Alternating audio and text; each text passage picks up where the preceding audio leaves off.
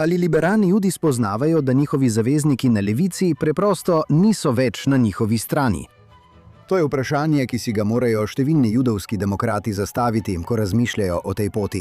Njihovi partnerji niso le normalizirali antisemite, kot so člani leve kongresne skupine, ampak so sprejeli tudi nacista, tetovirani, ženske zlorabljajoči, Izrael kritizirajoči, Graham Plattner kot njihov kandidat za senat v Mainu in morda bodo storili enako z Abdulom El-Sayedom v Michiganu. Od bruklinskih zadrug, ki bojkotirajo Izrael, do njihove obsedenosti z demoniziranjem AIPAC-a, demokrati in politična levica judom sporočajo, da niso dobrodošli. Toda, ali bodo njihovi zvesti judovski volivci kljub temu ostali z njimi? Naslednjič v oddaji Dvakrat premisli bomo o tem in še veliko več. O razpadu razuma v politiki, medijih in kulturi razpravljali s kolumnistko in podcasterko Karol Markovic.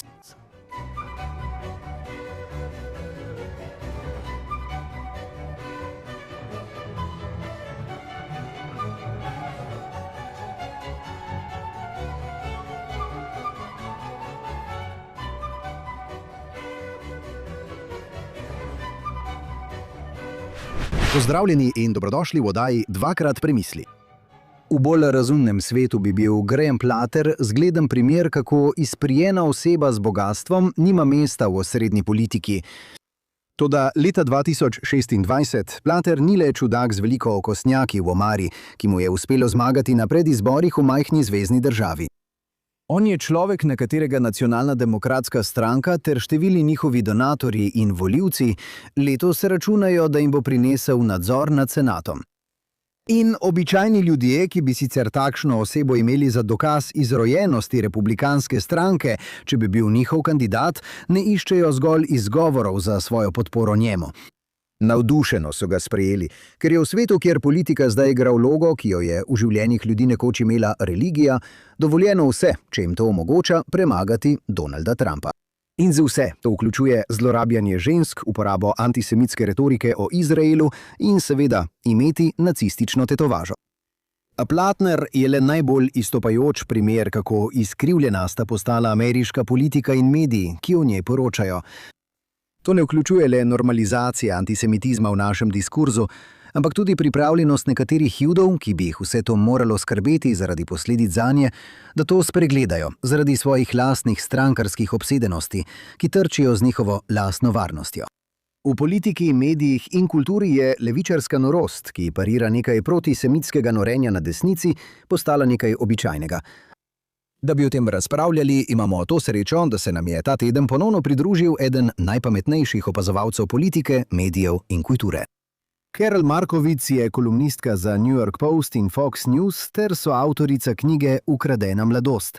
Je voditeljica oddaje Karol Markovic in sovoditeljica podcasta Normally. Oba podcasta sta na iHeartRadio.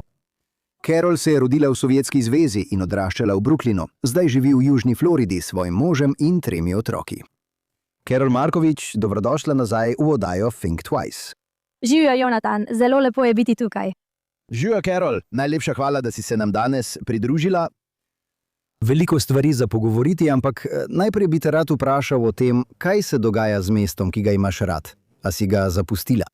Enako zame. Veliko ljudi zunaj New Yorka želi zmanjšati pomen Zohra Mavdanija, tega, kar počne, ker mislijo, da je New York v Ameriki in da ni pomembno, če tam poskuša oživiti socializem, komunizem, saj tako ali tako nikoli ne bo uspelo. Ja. Kakšen vpliv mislite, da ima njegovo uveljavljanje ekonomske norosti in tudi antisemitizma na ameriško kulturo, glede na to, da to počne v kraju, ki je še vedno največje ameriško mesto in do neke mere še vedno medijska prestolnica?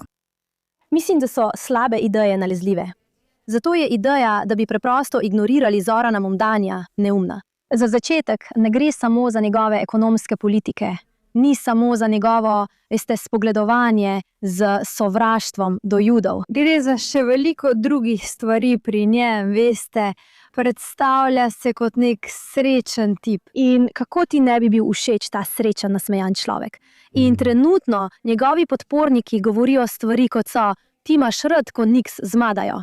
Poglej, socializem je to naredil. Ampak več kot to, v redu, to je šala, seveda, ampak več kot to, pravijo stvari, kot so: poglej, kriminal v New Yorku je upadel, to je bil socializem. Zdaj vemo seveda, da ni bilo tako, vemo, da je šlo za policijo, za to, da so obdržali istega izjemnega policijskega načelnika, tudi dejstvo, da je župan šele nekaj mesecev, tudi dejstvo, da prihajamo iz let covida, ki so imela najvišje stopnje kriminala.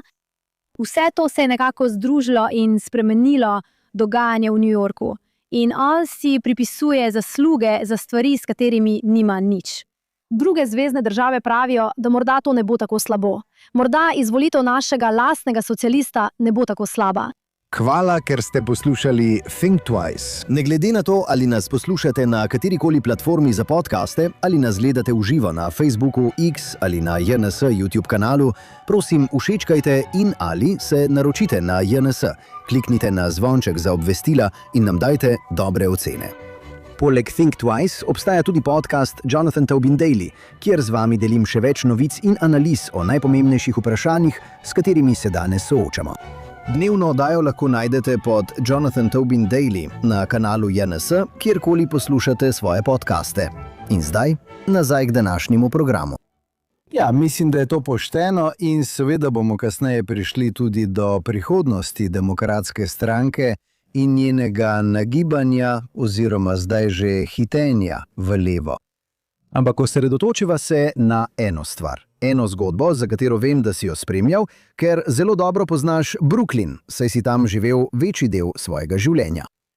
In tako si spremljal zgodbo o živilski zadrugi Park Slope. Ampak ali je njihova odločitev za bojkot, njihov glas za bojkot izraelskih izdelkov, zgolj primer tega, kako skrajneži običajno prevladujejo v izrazito liberalnih urbanih enklavah? Ali pa nam to pove nekaj o tem, kako se levičarski Judi soočajo s protisemitskim hujskanjem, celo na mestih, kjer so se počutili najbolj udobno in se proti temu pravzaprav ne upirajo na noben smiseln način? Oboje. Mislim, da bojo na izrazito liberalnih območjih seveda prevladovali najglasnejši glasovi in te glasni glasovi so vedno povezani z res skrajno levimi politikami. Živela sem v Park Slope, preden smo se preselili. Mislim, da sem iz bolj notranjega dela Brooklyna, kar rada ljubkovalno imenujem pravi Brooklyn. Ampak živeli smo v Park Slope več let, preden smo se končno odselili. In tam je bilo noro. To je bil kraj, kjer so med pandemijo in med nemiri zaradi Georgea Floyda v 4-milijonskih rjavih kamnitih hišah viseli napisi Defund Police. In to je bil kraj, ki je vedno znova premikal meje. Otroke so pošiljali protestirati proti podnebnim spremembam. Otroke so v resnici pošiljali protestirati proti vsem mogočim stvarem.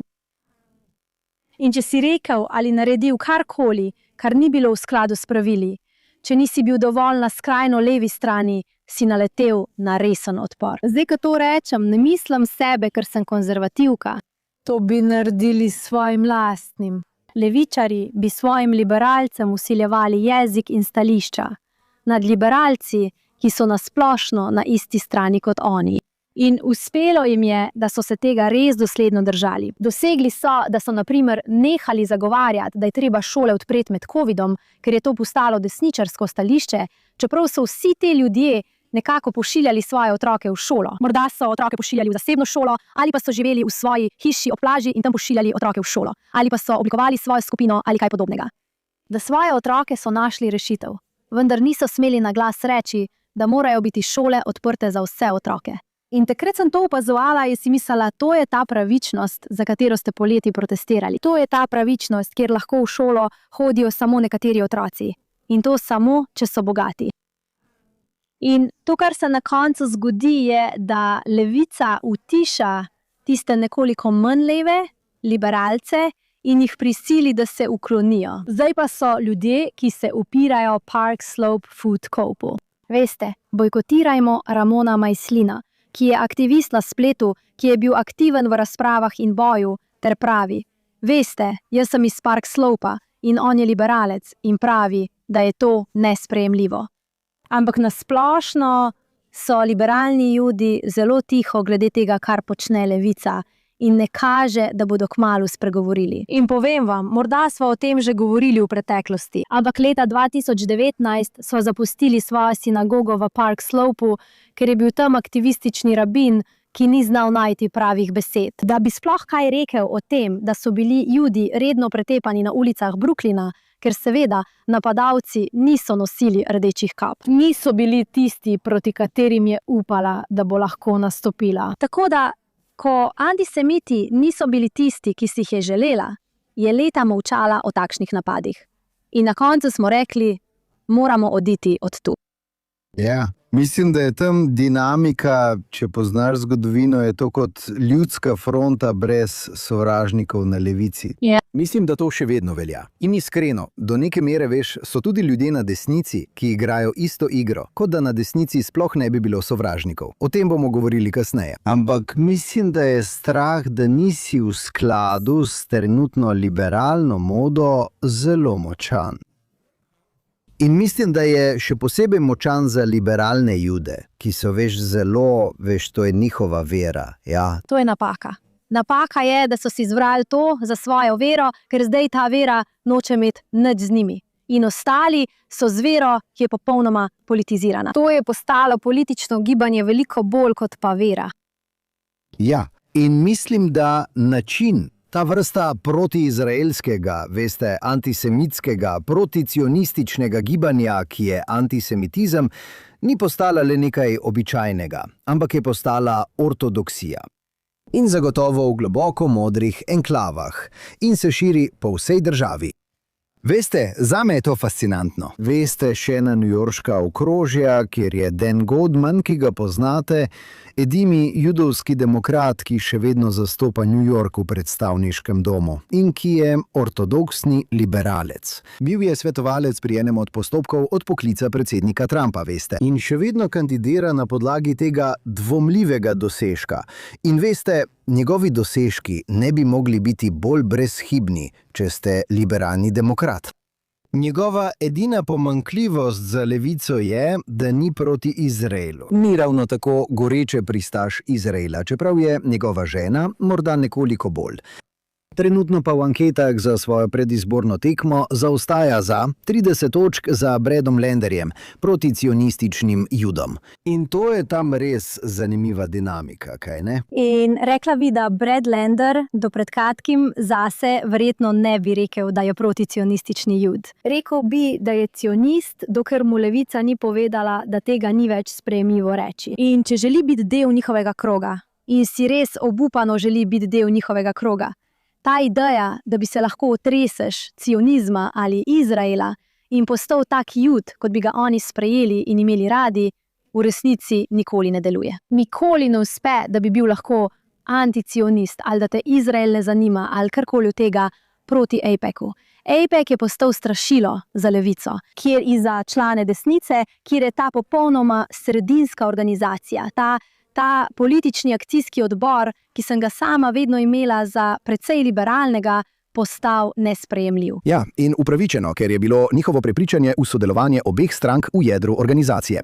Sodelovanje obeh strank, rešitev dveh držav. Rešitev dveh držav je bila zelo levičarska pozicija in zdaj je to nesprejemljiva pozicija. Mislim, AOC je pred nekaj leti morala stopiti korak nazaj glede rešitve dveh držav. Priznavala je rešitev dveh držav, ker so to liberalci včasih govorili. In potem je ugotovila, čaki, tega ne podpiramo več. Tako da, ne vem, Brad Lander ne dobi nobenega nasprotovanja, ker ga zelo ščitijo liberalni mediji in levičari v njegovi stranki. Ampak mislim, da ne bi znal odgovoriti, v kaj pravzaprav verjame. Mislim, da nima nobenih prepričanj. Mislim, da je to človek, ki je popolnoma brez teh prepričanj in bo naredil karkoli je treba, da pridobi moč in postane del ekipe. Ja, mislim, veste, nočem napovedovati, ker ne dajem napovedi. Sem dovolj dolgo v tem poslu, da vem, da je to neumna stvar. Ampak, ko gledam Brada Landerja, kako v bistvu maoistično napada Dina Goldmana, si mislim, no, čez 2-4 leta boš ti na vrsti. Na vrsti bo on, mislim, da bi lahko stavili na to, morda ne bo čez 2-4 leta, morda bo čez 5 ali 10, ampak enkrat bo zagotovo na vrsti. Ne bo mogel slediti temu. Mislim, AOC in Bernie Sandersu so prekinili govore, ker nista bila dovolj proti Izraelu. Kot da napadajo svoje lastne. To je tisto, kar počnejo. Streljajo drug na drugega. Zato sem se vedno počutil zelo udobno kot odprta konzervativka, tudi v zelo, zelo modrem Brooklynu, ker nisem del vaše skupine. Ni mi treba izgovarjati besed, ki jih vi želite. Da jih izgovorim. Ni se jih treba bati, kaj ne? Sploh ne. In to je zelo osvobajajoče. Vedno pravim svojim levo usmerjenim judovskim prijateljem, da se lahko preprosto umaknete od tega. Ni vam treba sodelovati. Vaša udeležba je tisto, zaradi česar vas je tako strah. Ko pa ne sodelujete več, je občutek zelo osvobajajoč. Ja. In če zdaj malo razširimo pogled, mislim, da je najboljši trenutni primer normalizacije ne samo antisemitizma, ampak vseh vrst slabega vedenja v imenu strankarstva Graham Platter. Kaj to pove o demokratih danes, da jih ne le prenašajo s stisnjenim nosom, ampak jih popolnoma sprejemajo? Naj vam povem anekdoto. Prejšnji teden sem bil v New Yorku. Bil sem v Carnegie Hallu, sedel sem v kavarni in se ukvarjal s svojimi stvarmi, ko sta prišli dve dami višjega sloja, verjetno judinji, a jo o tem nisem spraševal. Nista nosili nobenih, značilnih oblačil ali judovskih zvest, ampak sta zelo glasno govorili o tem, kako Graham Platter ni tako slab človek. In sem si mislil, zakaj to poslušam? Ampak, kot da bi rekli, ja, res je, bil je mlad in zdaj je v redu. Mislim, da bi ga res morali poskušati imeti radi. In konec koncev res potrebujemo ta sedež. Tako je Graham Platter postal, ne le nekakšna fascinantna zgodba o tem, kako lahko, norčavo, slabo vedenje postane sprejemljivo. Ampak tudi o tem, kako je celotna kultura demokratske stranke in vsa liberalna kultura okoli nje, nekako šla navzdol. In kje so judovske organizacije pri tem? Kje so judovske organizacije, ki so že 100 let stale ob strani demokratom, da bi rekle ne, to je za nas meja? In ko rečejo, da se to dogaja tudi na desnici. No, zagotavljam vam, da ne bom podpirala nikogar z nacistično tetovažo. Zdaj si pa rečeš, kaj? Ja. Ali si, ta ideja, da smo enaki, no nismo enaki. Ja, seveda bodo antisemiti na desnici, to je očitno. Vedno pravim, da ni tako, da antisemitizem ne bi obstajal na določenih mestih. Naprimer, živim na Floridi. Tukaj se kot judinja počutim zelo, zelo udobno. Ni tako, da tukaj ne bi bilo antisemitjev. Pomemben je odziv ljudi, ki niso judi. In odziv Grahama Platterja je bil, no, potrebujemo ta sedež. In dejstvo, da bodo judi morali se postaviti za tega človeka in ga bodo morali podpirati. To pravim, ampak to ne bo zadnjič, da bodo podprli nekoga z nacistično povezavo. Resnično morajo premisliti, kaj počnejo. In vse te judovske organizacije, za katere sem vedno nekako mislila, da so nesmiselne in neuporabne, še nikoli niso bile bolj nesmiselne, kot so zdaj. Njihova popolna tišina in plašnost v tej situaciji ju povsem diskvalificirata. In že sama misel, da nimajo ničesar za povedati o tem tipu, je patetična. Preprosto smilijo se mi. Ja, in seveda to velja tudi za ženske skupine in, novinarje. Da, drži. Ja. Eden od novinarjev New York Timesa, ki je bil eden vodilnih, oseba, ki je pred nekaj leti proti meni vodila obtožbe Me Too, je zdaj na televiziji. V bistvu ga opravičujejo in napadajo enega od ljudi, ki so ga razkrili kot zlorabitelja žensk. Prav. Mislim, Jonathan, potrebujejo ta sedež, ker je treba ustaviti Susan Collins, ki je zelo desno usmerjena. In to je grozljivo. Dejansko je grozljivo, da so pripravljeni vse to prezreti, samo da bi ustavili najbolj zmerno članico senata. Osebo, ki je najmanj konzervativna. V senatu. Republikanka, ki jo je prevzel Trump v tem senatu. Prav s takšnim bodo šli v boj, s tipom z nacistično tetovažo in sumljivo preteklostjo. In drugo je, da je junij. Še nismo niti začeli z zgodbami o Grahamu Platterju. Če je to zunaj že junija, si lahko predstavljaš, kaj bo prišlo oktobra. Ja. In to je fascinantno. To bo res zanimiv preizkus. Maine ima svojo politiko, tako kot vsaka država, ima svojo politično kulturo. In Collinsova je tam ostala v senatu z razlogom. Ona je njihov tip kandidatke. Zato republikanci, desničarski republikanci, drugje niso poskušali podpreti izzivalca na predizborih proti njej. In to upravičeno, ker to ne bi bila dobra ideja. Ampak veš, to bo zanimiv preizkus, da vidimo, koliko denarja so demokrati, nacionalni demokrati pripravljeni vložiti van in ali bo to dejansko delovalo. Ja, in spet ideja, da bodo judovski donatorji nagovorjeni, naj ga financirajo in da bodo to storili, ker je to njihova ekipa. Ja. Mislim, da te povezave na desnici ne boš našla. Mislim, da ne boš našla antisemitističnih skrajno desnih kandidatov z nacističnimi tetovažami, ki uporabljajo AIPAC kot žaljivko in jih podpirajo judovski konzervativni donatorji. To preprosto ne obstaja. Ja, no to je velika razlika. Zdaj, če pustimo Plutona ob strani, mislim, da je širše vprašanje. Ali misliš, da je v demokratski stranki še sploh prostor za pro-izraelske politike? Mislim, imamo še eno zanimivo tekmo za senat na predizborih v Michiganu, kjer je odprto protiizraelski antisemitski kandidat Abdul Said, ki se poteguje proti drugi levičarki Mallory McMorrow, ki pa ni čisto tako nora. Protiizraelska, ampak veš, zagotovo protiizraelska in zmerna proizraelska demokratka Hayley Stevens, ki dejansko, veš, ni proti AIPAC-u. Ampak misliš, da lahko kdo, veš, mogoče Hayley Stevens zmaga? Je kar zanimivo, veš, kot met kovanca, kako se bo ta tekma razpletla. Ampak misliš, da ima kdorkoli, ki ni proti Izraelu, sploh kakšno upanje, da bi bil, veš, predsedniški kandidat demokratov leta 2028? Ne v bližnji prihodnosti. In mislim, da bo to resničen pokazatelj za Jude na levici, kam pravzaprav spadajo. In upam, da se bodo končno prebudili in upoštevali ta znak. Ne morem si predstavljati, da bi naslednji demokrat, ki bo kandidiral za predsednika, rekel karkoli pozitivnega o Izraelu ali kakorkoli spodbujal to razmerje.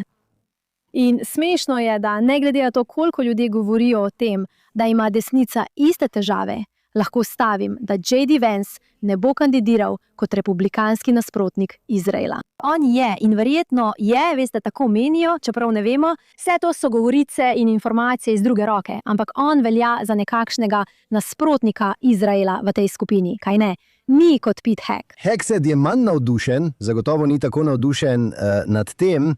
Ja. In vseeno ga lahko vidim, da kandidira kot precej običajen republikanec, s precej običajnimi republikanskimi stališči glede Izraela. In poglej, ali je to postalo manj priljubljena tema na desnici, tako kot na levici. Seveda, ampak ni niti približno na isti ravni sovraštva in žolčnosti. Gre samo za politično preračunljivost, kaj ne? Omenila si Michigan. Ne vidim republikanca ali demokrata, ki bi bil za Izrael, mislim. Ki bi kandidiral v Michiganu. To se zdi precej neverjetno v tem trenutku, ker morajo tam ustreči vse večji muslimanski volilni bazi in morajo reči tisto, kar je potrebno, da zmagajo. Tako da je to postalo vprašanje demografije, ampak tudi na levici je postalo vprašanje, kdo ima nadzor. In za njih je njihovo levičarsko krilo popolnoma prevzelo stranko. To ni več baza ali obrobje, oni so zdaj stranka. Ja, mislim, da je to res in mislim, da si izpostavil nekaj zelo pomembnih točk. Prva stvar, priseljevanje je del zgodbe. Uvoz velikega števila ljudi v to državo, ki prihajajo iz antisemitskih držav. Prav. To je imelo resničen vpliv. Zagotovo je imelo resničen vpliv v New Yorku.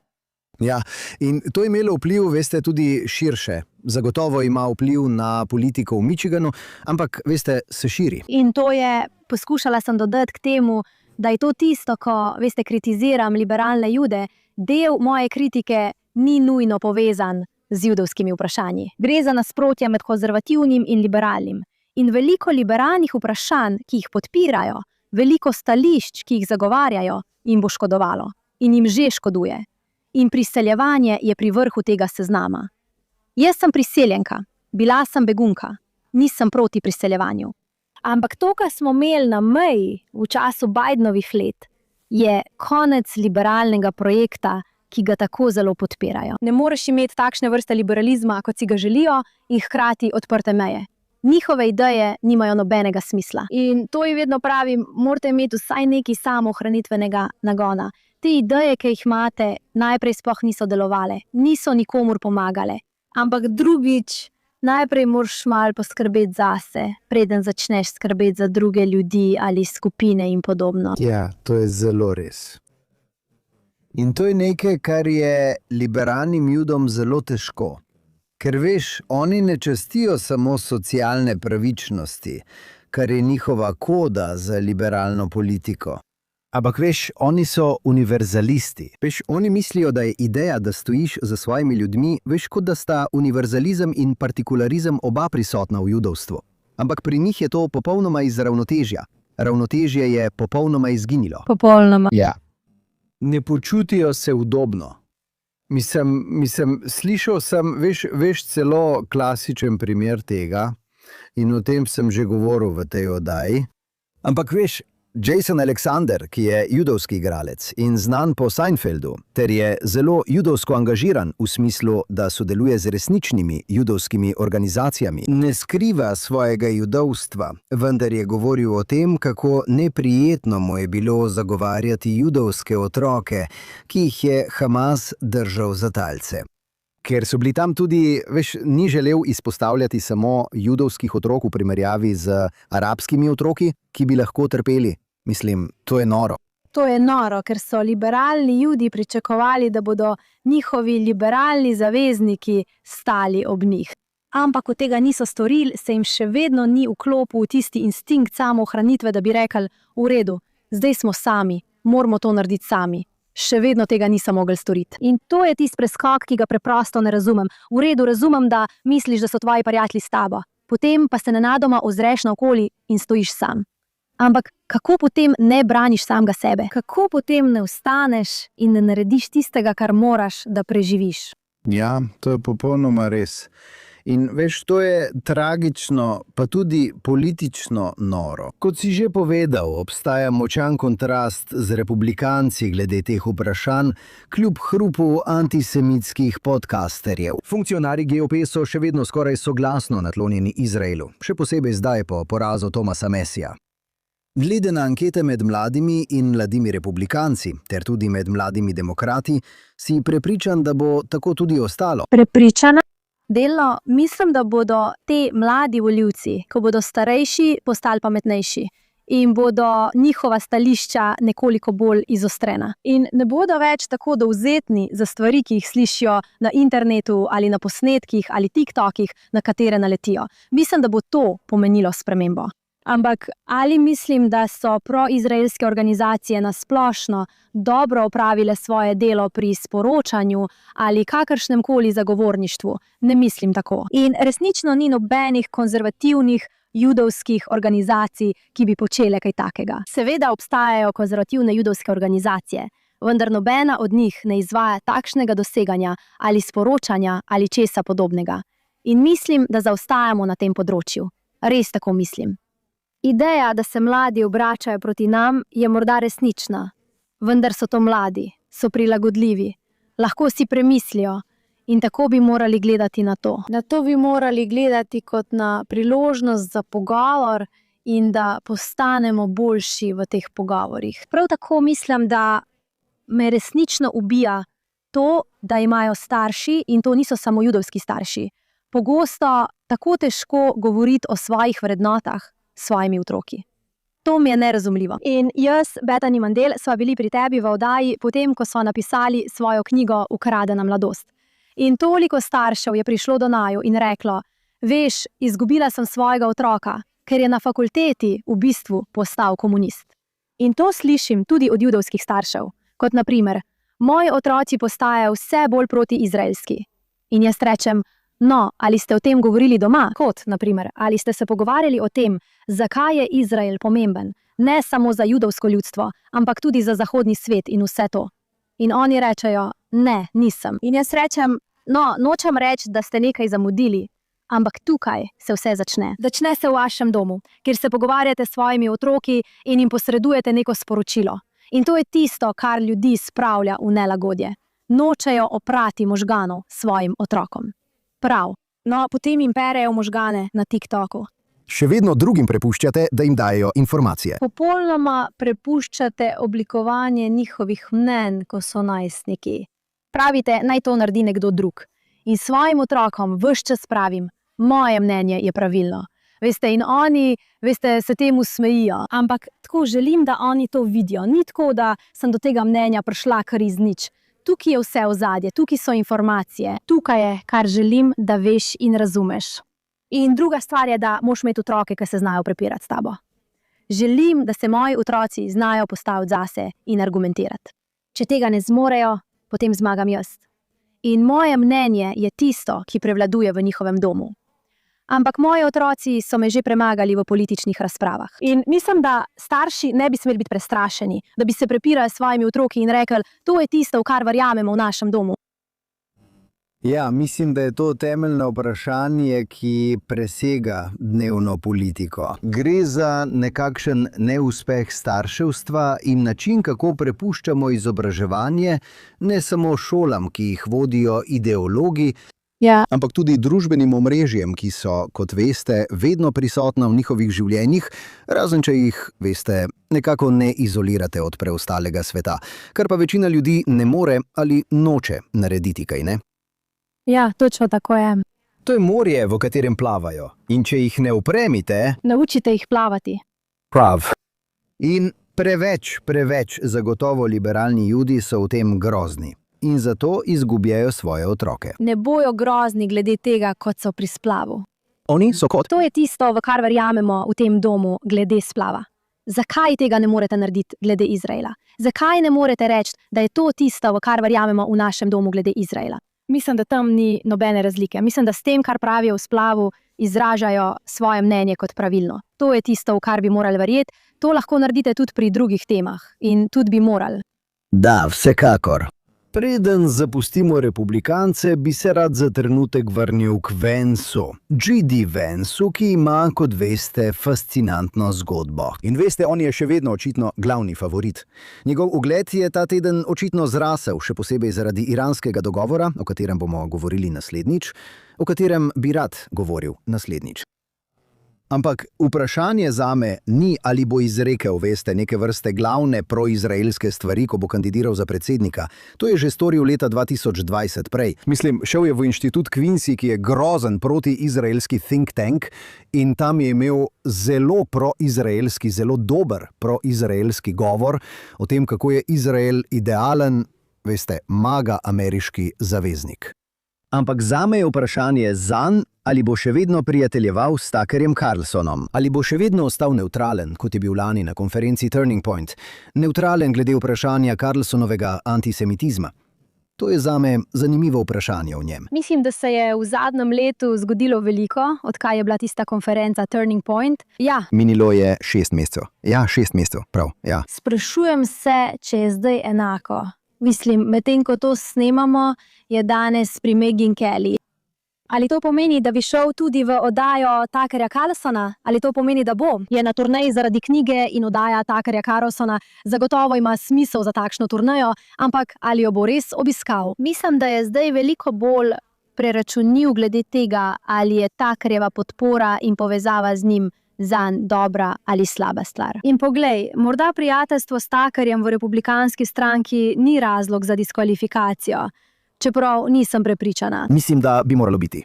Prav. Ali pa preprosto, ne vem, če ne bo nujno, ampak zagotovo bo to imelo velik vpliv na splošnih volitvah. In mislim, da je J.D. Vance takšen tip človeka, ki gleda več korakov naprej.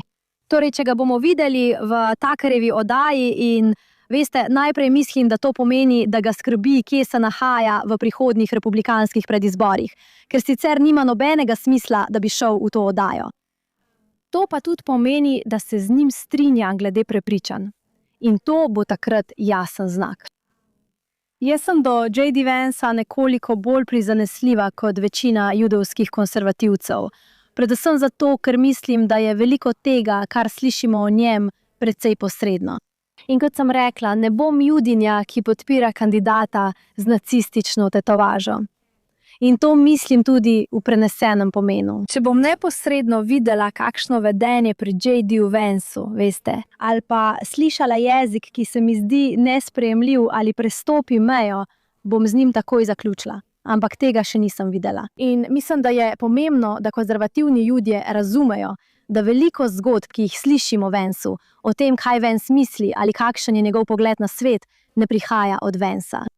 Ja, no, bil je zelo strateški glede tega. Poleg tega pa tudi ni tako dolgo v politiki. Mislim, to je bilo šele leta 2021, ko je bil samo nek tip, ki je kandidiral za senat v Ohaju, v množici drugih kandidatov. In je prav zabavno. Takrat se mi je zdel odličen. Takrat sem si mislila, J.D. Vance je prava izbira. Priznam, bil sem zelo navdušen nad njim. In bil sem celo navdušen, da ga je Trump vključil na svojo listo. Ker sem mislil, da imajo njegove ideje o približevanju delavskemu razredu, o drugačnem razmišljanju o številnih vprašanjih, nekakšen nacionalno-konzervativen pogled, res smisel. Ja, nismo naivni. Ne bomo ostali tam samo zato, ker, veste, če se stvari spremenijo, se bodo spremenila tudi naša mnenja. Ja, ampak moram priznati, da ko je šel na Turning Point in rekel, da ne bo obsojal, veste, kaj Ben Shapiro govori o antisemitizmu in kaj Tucker govori? Takrat sem rekel, dovolj, veste, pri J.D. Vanceu. Me lahko ponovno prepričajo?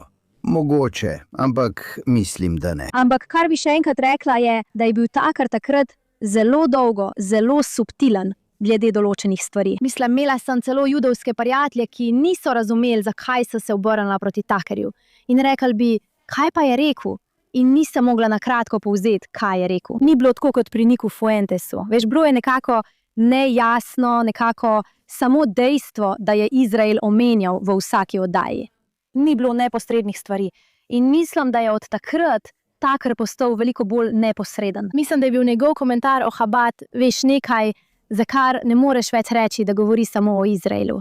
Zdaj govori o judovstvu in religiji. Mislim, da je predstavitev njegovega brata na družbenih omrežjih takšna, da njegov brat pove stvari, ki bi jih Tucker želel povedati. In mislim, da veliko ljudi to vidi.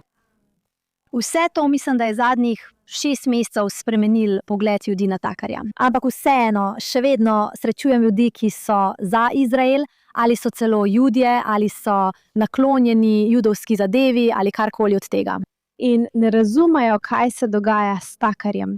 Ne razumejo, kaj se je zgodilo, še vedno ne poznajo podrobnosti. In to je, veste, tudi na židovskih konzervativcih. Mislim, da bi morali, že dolgo menim, da bi morali obstajati projekt, ki bi pojasnil povezave med tem, kar Tucker govori, ker je še vedno precej nejasno. Ja, no, mislim, da za tiste, ki so bili nekako zgodaj, veste, ali pa zgodaj razumeli, kaj Tucker počne, kot sem rad rekel, ko je bil na Fox News od 8 do 9 zvečer, je bila edina ura na Fox News, kjer beseda Izrael ni bila nikoli izrečena, ker tja preprosto ni mogel iti. In ko je enkrat, veste, ko je zapustil in začel svojo oddajo, so bile vse omejitve odstranjene. Ampak to je pravzaprav kar dober prehod. Zdaj se želimo obrniti k temu, kar je očitno največja zgodba tedna. Trumpovemu končanju vojne z Iranom, z dogovorom, katerega pogoji niso bili razkriti, a nas veliko primerja to s tem, kar je naredil Barack Obama. Kaj misliš, zakaj se je Trump odločil, da v bistvu popusti pri vprašanju, v katerega je že vložil toliko političnega kapitala, za katerega mislim, da ga tako pozno v letu ne more več pridobiti nazaj? In kaj misliš, da to pove ne samo o zavezništvu z Izraelom, ampak tudi o prihodnosti republikanske stranke, veš, z Vanceom, ki se zdi, veš, spet, da je več dogajanja v ozadju. Zdi se, da je Vance, vsaj za zdaj, zmagal v Trumpovem krogu pred državnim sekretarjem Markom Rubijem. Še vedno nekako čakam, da vidim, kako bo s tem. Ko to snemamo, še nismo videli pogojev, dogovora. Smešno je, ker nimam zaupanja v Trumpa, nikoli nisem bila velika podpornica Trumpa. Zanj sem glasovala samo enkrat, tokrat zadnjič. Ampak moram reči, da sem tokrat, ko sem glasovala zanj, postala ena tistih, ki bi šla čez razbito steklo, da bi glasovala za tega človeka, zaradi let pod Bidenom. In mislim, da ni toliko o tem, da bi zaupala Trumpu, da bo naredil nekaj, da bo podprl Izrael, sploh ne. Gre za to, da mislim, da njega ne bodo izigrali. Razumem, da je trenutno občutek, da ga izigravajo. In preprosto si ne morem predstavljati, da bi bil to končni izid. Zato sem v načinu počakajmo in poglejmo. Ni tako, zdi se mi, da se ljudje delijo na pristaše Trumpa in nasprotnike Trumpa. In to počnejo pri vsaki temi. Jaz pa, zame sploh ni tako. Zelo je tako, že prej sem se motila in sem komentirala stvari, ki niso bile v celoti izvedene ali pa sploh niso bile narejene. In preprosto ne vidim, da bi si tukaj sam povzročil poraz, ko je že skoraj zmagal. Zato bom počakala, kaj se bo zgodilo. In poglejte, lahko bi imeli dogovor že zdaj, pa bi ga Iran naslednji teden lahko kršil in vse bi se lahko začelo znova. Bomo videli, moram počakati, kaj se bo zgodilo. Ja, mislim, da je to razumna drža. Mislim, da je ustavitev vojne po tem, kot sem rekel, ko so vložili toliko političnega kapitala in dosegli toliko vojaškega uspeha. In veste, osnovne poteze tega so, da Iran ne opušča ničesar, kar je počel pred začetkom vojne. In v bistvu opušča vsakršno idejo o pritisku na ta režim, da bi padel. In mislim, da s tem, veste, na nek način zavezuje roke Izraelu in Libanonu. Mislim, da je tukaj veliko stvari, tudi če ne poznamo vseh podrobnosti, ki zagotovo dajejo vtis, kot da preprosto odneha pri nečem, za kar, veste, nima potrpljenja. Mislim, to je članek, ki sem ga napisal prej ta teden. To ni oseba, ki bi, veste, on je nekdo, ki hoče takojšnjo zadovolitev. Zagotovo. Ima rad hitre zmage. On nima potrpljenja za dolgo vojno, veste, v kateri bi moral uporabiti zelo učinkovito blokado, da bi izstradal Irance. Ker in noče plačati politične cene, se veste, to ni človek, ki bi rad vztrajal pri načelih, čeprav mu slabi dogovori niso všeč. Slabi dogovori mu niso všeč. In tudi ne. Ja, prav. To je ena stvar, o kateri sem razmišljal. To pravim, ja, do zdaj. Ampak, veste, in tudi preveč se boji žrtev. Preveč se boji, veste, širjenja vojne, mislim, da samo omejuje svoje izgube.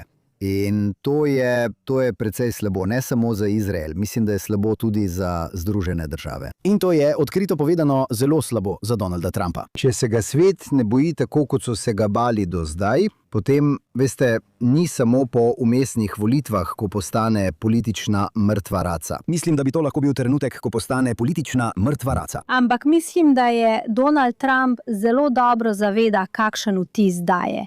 In ta podoba mu je zelo pomembna. Tako da, če zaradi tega na svetovnem prizorišču izpade šibek, lahko nekako razumemo, zakaj bi se umaknil. In vem, da ljudje pravijo, ampak to je dogovor, v redu. Ampak ti dogovori pogosto razpadajo. In precej prepričana sem, da bo ta dogovor razpadel, veste, v ne tako daljni prihodnosti. Samoumevno je, da Iranci ne bodo držali besede glede ničesar. Ja, prav. Torej, tako da ni, da ne bi, ne vem, če je to res tako velika stvar, da smo podpisali nek papir, morali bomo videti, kaj se bo zgodilo. Spet, in rada bi videla pogoje in dejstvo, da ga še niso objavili, je velik minus za upravo. To je omogočilo, da so se po spletu razširile vse vrste govoric. In dlje kot bojo čakali, da nam povejo, kaj je dejansko v njem, slabše bo za njih, ker je te zgodbe zelo težko ustaviti. Ljudje predvidevajo najslabše. In jih pravzaprav ne krivim. Ja, in mislim, da je predpostavka, da bo pripravljen iti nazaj v vojno, če bo Iran, veste, prestopil rdečo črto, da uporabim frazo iz obdobja Baracka Obame. Ne vem. Mislim, če bi bil pripravljen nadaljevati vojno, bi jo moral po mojem mnenju preprosto nadaljevati. Ampak lahko gremo naprej od tega. Za nekaj trenutkov bi se rad posvetil stanju našega novinarskega poklica. In rad bi govoril malo o tem, veste, veliko pozornosti je bilo namenjene menjavam pri 60 minutah in na CBS od takrat. Bari Weiss je prevzela vodenje, večina kritik pa je bila usmerjena nanjo. Povedali ste na več o tem, kako so tam očitno pristranski liberalni novinarji, kot je Scott Pelley, popolnoma nevedni glede svoje lastne pristranskosti.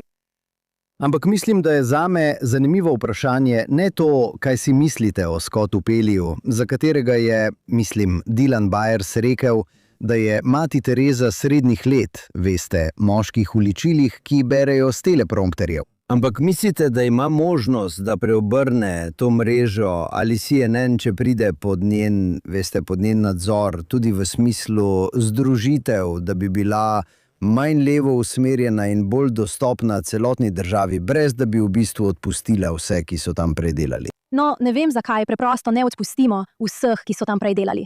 Ampak ja. Ja, verjamem v Bari Weiss. Mislim, da je opravila res fantastično delo, pri tem, da je državi pokazala, kako bi lahko izgledali novi mediji. Imam Free Press, naročena sem že od začetka, odkar je bil, pozabila sem, kako se je imenoval, ampak imel je drugo ime. Ja, to je fantastična spletna stran. To je dobro narejeno, dobro napisano novinarstvo, na katerega se ljudje naročajo. Naročniški model se je zdel tako nenavaden in izven tega sveta, a ona je to uresničila. Zdaj imamo televizijsko postajo, ki je na vseh naših televizijah in pride skupaj s tem, da imaš televizijo, in ona lahko s tem veliko naredi. Bo dobila priložnost? To je edino vprašanje. Ali bodo vodili na CBS dovolili svobodo? Morali bi. Nimajo ničesar za izgubiti. To je bila že dolgo, spirala navzdol za to industrijo. Mislim, da če bi jo lahko kdo vrnil nazaj, je to Bari Weiss. Ja, se strinjam. Mislim, da je res genialna podjetnica. In vprašanje je, veš, zakaj ni nekdo, ki je delal. Na enem od teh, ki je nadzoroval eno od teh mrež, ni prišel do istega zaključka kot Roger Ailes in Rupert Murdoch pred 30 leti s Fox News, kjer je znana izjava Charlesa Krauthammerja o tem. Ja. Veš, kjer so našli prezrto nišo na trgu, ki jo je sestavljala polovica ameriškega prebivalstva? Prav. CBS bi lahko naredil isto, če bi to želel. Ja, veš, rekla bi, da so si v zadnjih nekaj letih vsi konzervativci želeli samo, da jih ne bi odkrito sovražili. Mislim, da sploh niso iskali nujno konzervativnih programov. Mislim, da Barry na CBS poskuša prav to, da ti ni treba biti levičar, da bi gledal to oddajo. Ne bo te užalila, ne bo žalila tvojega tabora. In to je v resnici bistvo vsega. Ja.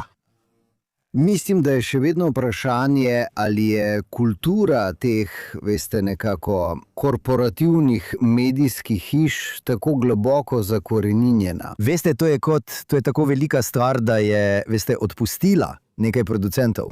Veste, koga sploh briga, kdo so bili producenti pri 60 minutah. In prav imate. Veste, koga potem sploh briga Scott Pelley, kot da bi bil, to je oddaja, ki je postala uspešna, ker je bila na sporedu po NFL. Prav, to je bil edini čas, ko jo je kdo gledal. Prav.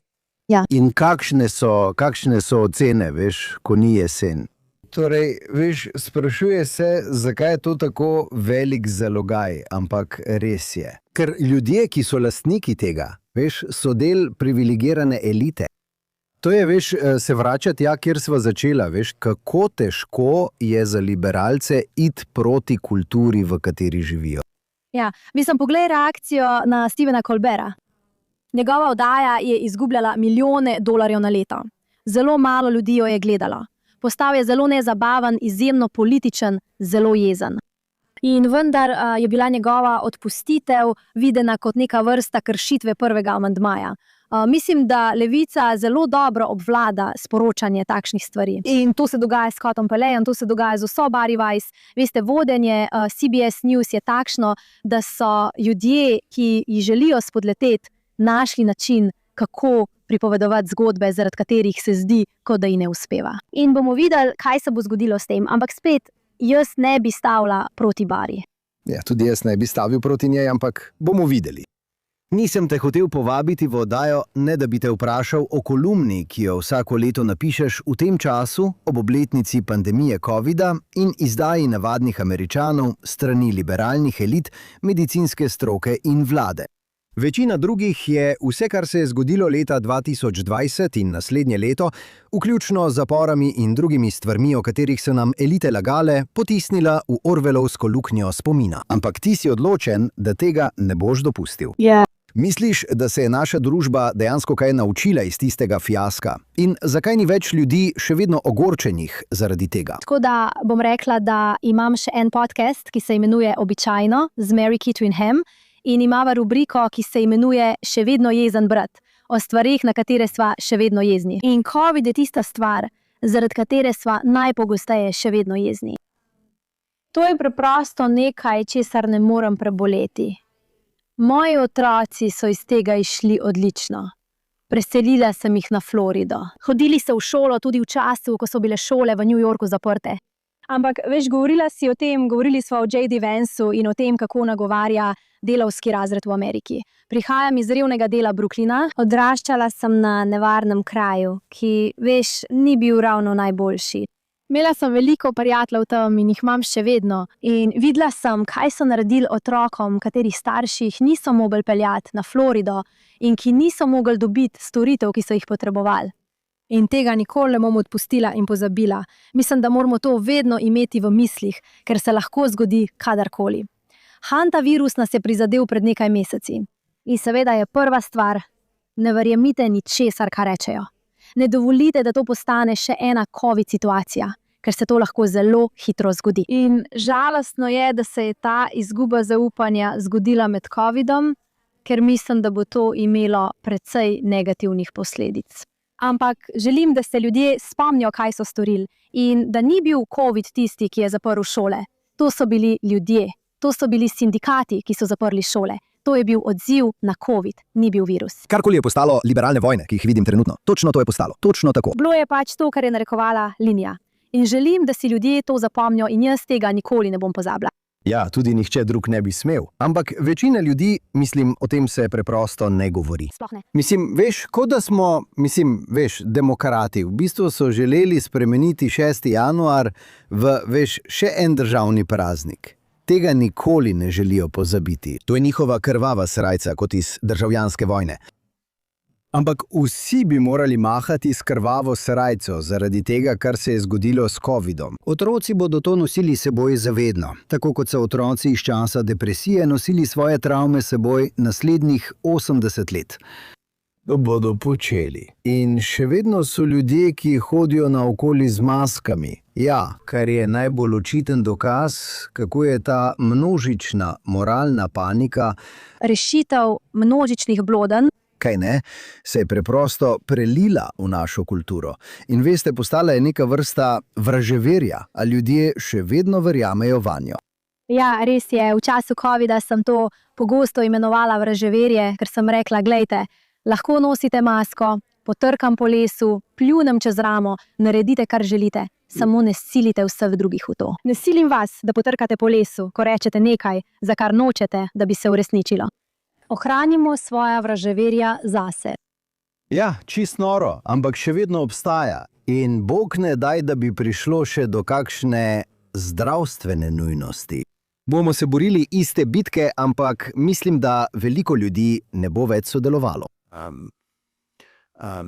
Kakokoli, moje zadnje vprašanje zate. In 4. julij je skoraj tu. In vprašanje o 250. obletnici Amerike, ki si ga zastavljam, je, zakaj se ta sesquicentennial ne praznuje na bolj dvostranski način. Je problem samo Trumpov egoizem in vprašljiv okus glede slavolovkov in drugih stvari v Washingtonu? Ali pa je težava pomanjkanje navdušenja nad tem, sem dovolj star, da se spomnim 200-letnice, ki je bila povsem drugačna. Ti si malo mlajši od mene, ti se ne spomniš. Ampak, ali je pomanjkanje navdušenja nad tem bolj posledica tega, da je politična levica prevzela toksične ideologije, kot sta kritična rasna teorija in naseljenski kolonializem, ki poleg tega, da dovoljujejo antisemitizem, v svojem jedru nosijo globoko sovraštvo do Amerike in prepričanje, da ni dobra, ter bi jo morali zavračati, namesto slaviti. Ali se to res dogaja? Da, gre za drugo možnost. Poglej, zato bodo krivili Trumpa, ampak ne gre za Trumpa. Ni pomembno, kateri republikanski predsednik bi bil trenutno na oblasti ali celo, če bi imeli demokrata. Pozabila sem njeno ime, ampak članica uredniškega odbora New York Timesa, ki je rekla, da so jo ameriške zastave na Long Islandu, in to je bilo med Bidenovo administracijo, naravnost zgrozile. Ne gre za Trumpa, gre za to, da imamo največjo državo, kar jih je bilo kdaj. In velik del prebivalstva tega sploh ne ceni. In povem še enkrat, vse to se nanaša na vzgojo. Ali vaši otroci vedo, da so najsrečnejši ljudje, kar jih je kdaj živelo, ker lahko živijo v tej državi? In če je odgovor ne, potem pojdite domov in naučite svoje otroke tega, ker so in ker je tako. Jaz, veste, julija praznujem tudi svojo obletnico prihoda v Ameriko. Dan, ko sva z mamo prišli v Ameriko. 20. julija. Vsako leto napišem prispevek o tem. Ni dneva, ko se ne bi počutila srečno in blagoslovljeno ter razmišljala o tem, da bi bilo moje življenje lahko popolnoma drugačno, da bi lahko odrasla v Sovjetski zvezi. In vendar ne živim samo v Ameriki. Živim v najbolj svobodni zvezni državi. Imam 3 otroke, ki so, veste, izjemno svobodni in čudoviti. In mislim, da je v redu, če sem pri tem malo sladna. In za 4 julij bom dala vse od sebe. Če boste okoli mene za, veste, 250, bom popolnoma domoljubna in osladna. In me ne zanima, kdo to vidi. Rdeča, bela in modra. Ja, naredila sem majice, pripravljena sem. No, dobro zate. Mislim, da je to pomembna točka. In mislim, da je to nekaj, česar ne bi smeli spregledati. Ker veš, domoljubje je morda iz mode, zagotovo med, nekakšno izobraženo elito in liberalno kulturo. Ja. Ampak morali bi, ne glede na to, ali smo prišli v to državo, ali smo se v njej rodili, naše svoboščine, ki so zelo ogrožene zaradi sprememb v naši politični kulturi, morajo biti zaščitene. In mislim, da je ločnica v tej državi tam, kjer so ljudje odkrito domoljubni. In kjer pojejo skupaj z državno himno na športnih tekmah in kako se odzivajo na, odkrite prikaze domoljubja. In ne bi smeli se tega sramovati, če si to privoščimo. Seveda, mojo hišo lahko najdeš po ameriški zastavi zunaj. V redu, zelo dobro. No, Karel, hvala, da ste se nam danes pridružili. Kako lahko naši gledalci in poslušalci spremljajo vaše delo? Najdete me kot Karel, samo Karel Markovic na X-u, redno pišem kolumne za New York Post in Fox News. Imam tudi 2 podcasta, oddajo Karel Markovic in Normali. Lahko ju prenesete, kjerkoli poslušate podcaste. Odlično. Zahvaljujemo se tudi naši publiki. Ne pozabite, vsak dan poslušati Jonathan Teben Daily Edition, ki ga lahko slišite kjerkoli poslušate podcaste. In ne glede na to, ali nas poslušate na eni izmed teh platform, ali nas gledate v živo na Facebooku, X ali na JNS YouTube kanalu, prosimo, všečkajte in ali se naročite na JNS. Kliknite na zvonček za obvestila in nam dajte dobre ocene. Pišite nam na thinktwice@jns.org in nam sporočite, kje poslušate ali gledate oddajo in kaj si o njej mislite. In ne pozabite, berite in razmišljajte svojo glavo. Se vidimo spet naslednji teden.